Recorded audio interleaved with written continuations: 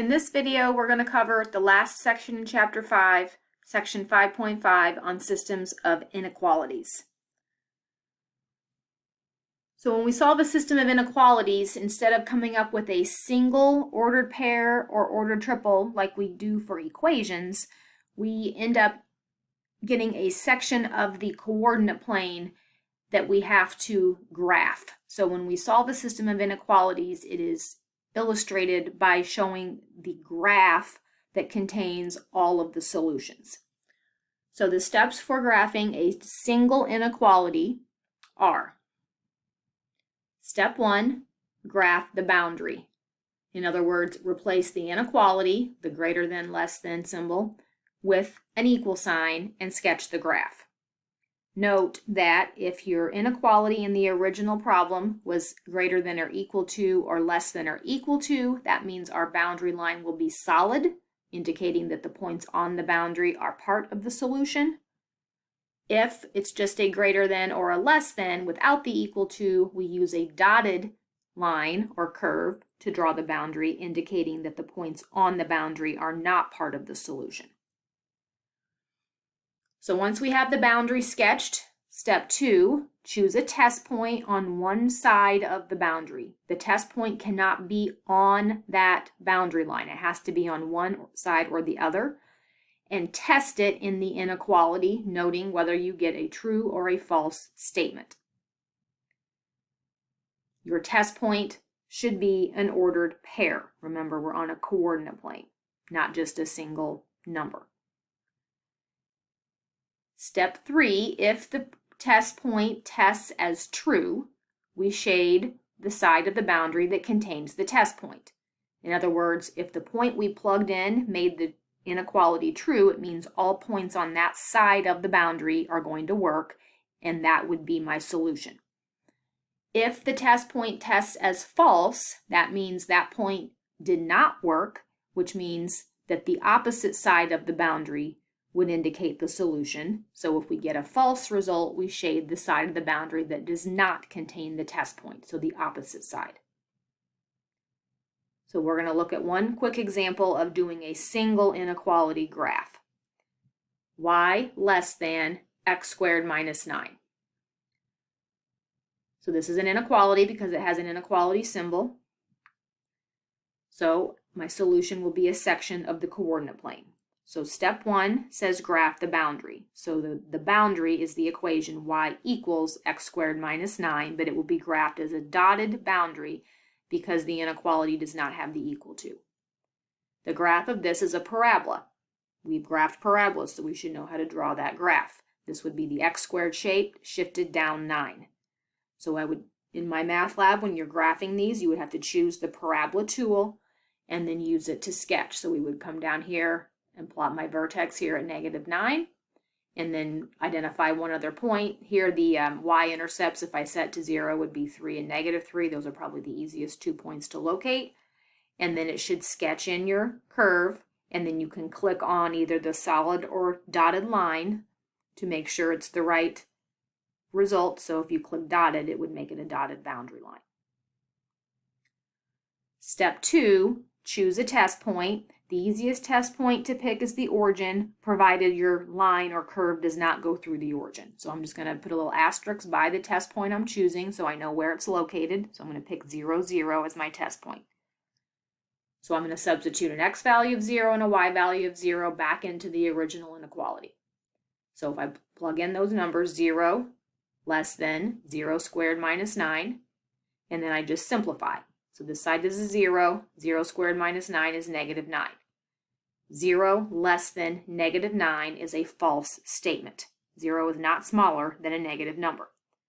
So since I got false, notice my test point was right here, and that tested false. So that means all points on this side of the boundary do not work, which means my solution set must be the opposite side. So that's why I've shaded the outside, the opposite side of where my test point was located. When you're shading in my math lab, there's a little fill bucket that you'll have to click on that and then click in the region you want it to shade and click, and it will fill it in for you.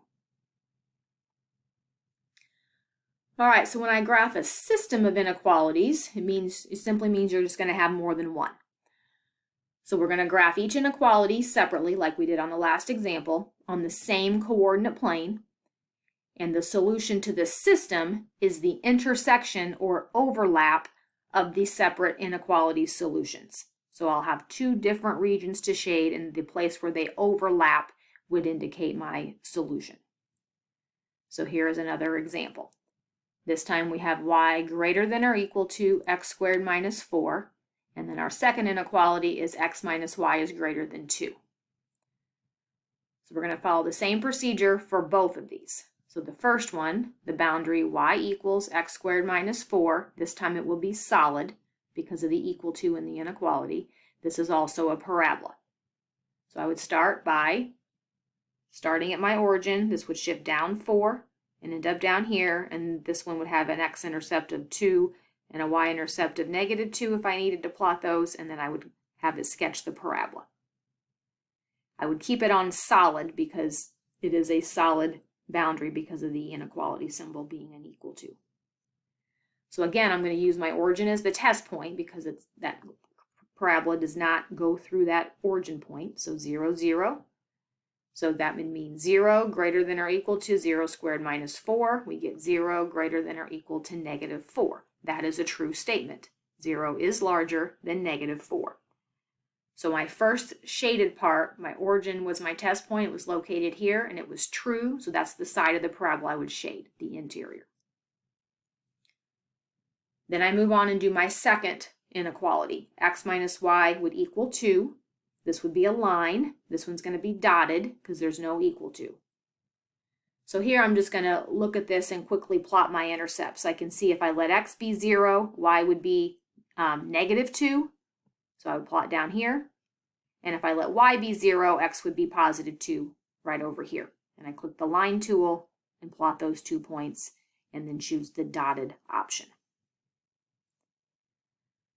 Again, pick the origin as the test point because it's convenient, 0, 0, and plug that in up here. 0 minus 0 greater than 2 leaves you with 0 larger than 2, which is a false statement.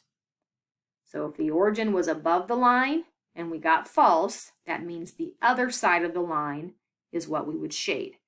So if I'm overlapping or intersecting my two regions, if I know I have to be on the opposite side of my line because of the false result, and I've already shaded the inside of the parabola, I'm just going to darken in the overlapped. I don't need to shade this stuff out here because it wasn't shaded the first time. So my answer to this is just this little region in here, inside the parabola and below the line.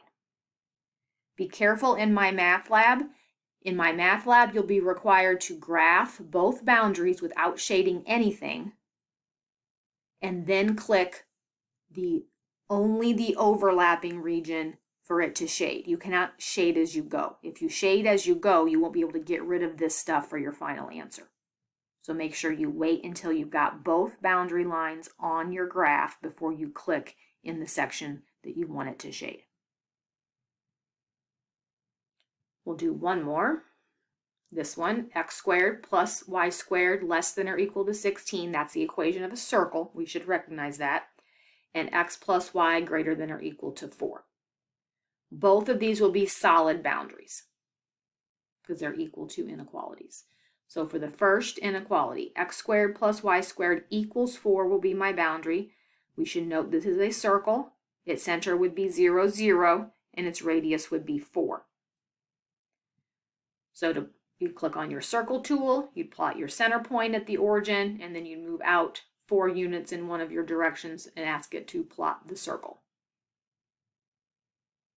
Leave it as a solid boundary.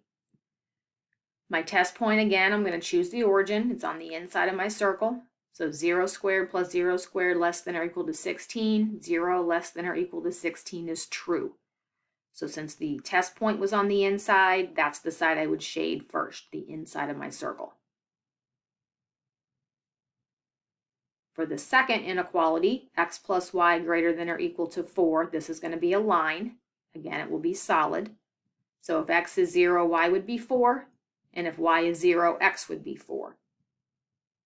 So that would be y equals 4 when x is 0, and x equals 4 when y is 0. So these 2 points right here. and then we would click the line tool and plot those points and have it sketch the line.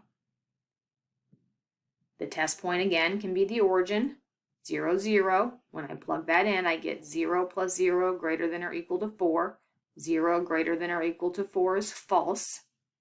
So since that origin is down here on the bottom side of the line, that means I would shade the opposite side. So I've already shaded the inside of the circle, so I'm going to also overlap here the opposite side of my line that is inside my circle for my solution. Okay, and that is the end of section 5.5 and the end of chapter 5.